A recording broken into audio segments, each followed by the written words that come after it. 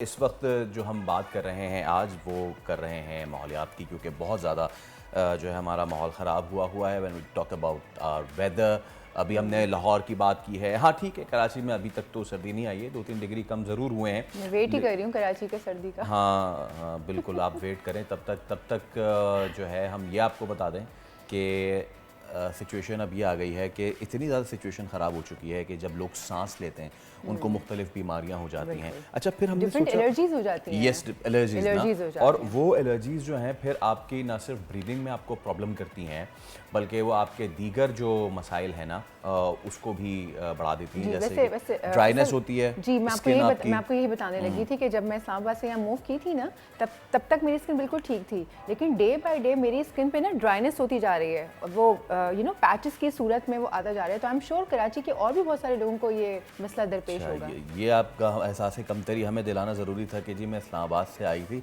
और आप कराची के लोग हैं, तो कराची में तो इस तरह की चीज़ें होती हैं।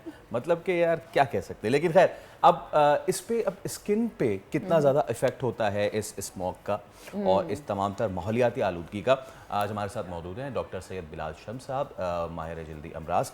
डॉक्टर साहब अस्सलाम वालेकुम। सबसे पहले तो thank you so much for taking out the time.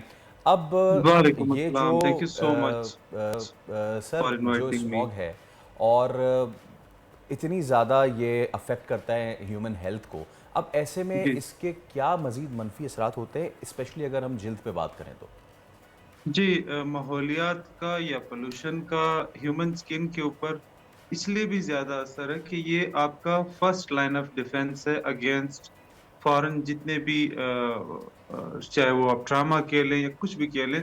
तो स्किन पे असर इसमें जो होता है पोल्यूशन का, उसमें फोटो एजिंग, उसमें यानी स्किन का जल्दी बूढ़ा हो जाना, इसके अलावा पिगमेंटेशन और साथ साथ जो एलर्जीज हैं जिसको हम एटॉपिक डर्मेटाइटिस कहते हैं वो बढ़ जाता है।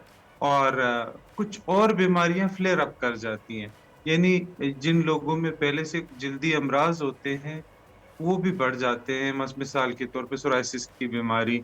इसके अलावा जो स्किन कैंसर्स हैं उसका भी इंसिडेंस बढ़ जाता है। तो ये सारी चीजें पोल्यूशन की वजह जी, से स्किन पे इसका जी। बुरा असर है। वैसे डॉक्टर साहब, क्या ये दुरुस्त है कि स्मोक के दौरान इंसानी जिस्म में विटामिन डी की कमी वाक़ई हो सकती है? और अगर ये बात सही है तो इससे कैसे बचा जा सकता है?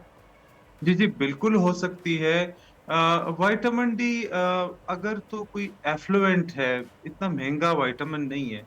इसको आप ओरली भी ले सकते हैं और इसको आप इंजेक्ट भी करा सकते हैं। तो विटामिन डी तो बड़ा इजीली अवेलेबल विटामिन है और महंगा भी नहीं है। जी। तो इट्स वैसे जी, वेरी डॉक्टर सिंपल साहब कि ये भी आप बता जो है ना दीजिए अपने प्लीज़। डॉक्टर के मशवरे से जी, जी, उसके लेवल्स करवा एग्ज़ैक्टली के मैं भी यही उसका जो आपसे पूछना चाह अप्रोप्रिएट रही थी डोज। कि विटामिन डी का जो आपने बताया कि ले सकते हैं, लेना ज़रूरी भी है। थोड़ा बता भी देंगे आप कि इसको कब लेना ज़रूरी है? जी, ये एक ऐसा सवाल है जिसमें कोई भी मरीज, ज़रा मैं यहाँ पे बात वही करूंगा जो एक आम आदमी सोचता है। मरीज की जिस्म में मुख्तलिफ अलामात ज़ाहिर होना शुरू होते हैं, जिसमें जोड़ों के दर्द, पट्टों के दर्द वगैरह शुरू हो जाते हैं। तो वो मरीज फिर अपने मालिज के साथ मशवरे में राब्ते में आ जाता है और मालिज उसका लेवल कराता है। देखिए, कोई भी विटामिन उसका अगर कोई लेवल डेफिशिएंट हो या इवन अगर उसका लेवल बढ़ जाए तो ये दोनों सूरत हाल मुनासिब नहीं। यानी हाइपर वाइटामिनोसिस डी भी एक बहुत बड़ा प्रॉब्लम है। अगर कोई बंदा जरूरत से ज्यादा खुद भी विटामिन ले रहा है, ये भी एक बहुत बड़ा इशू है। और विटामिन की कमी तो है ही एक इशू।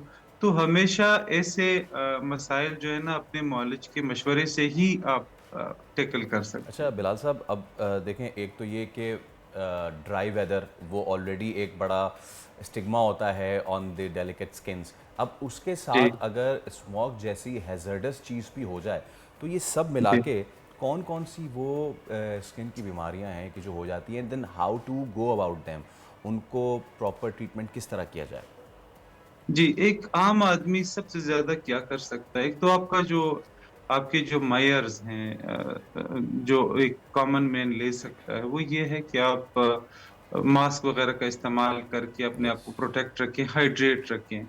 इसके अलावा अपनी डाइट का बड़ा ख्याल रखना जरूरी है। इसमें वाटर इनटेक कम से कम 2 लीटर पानी का इस्तेमाल 24 घंटे में, उसमें जितने भी ये इंटॉक्सिकेटेड चीजें हैं उसकी डाइल्यूशन हो जाती है, उसके मुअज्जर असरात कम हो जाते हैं।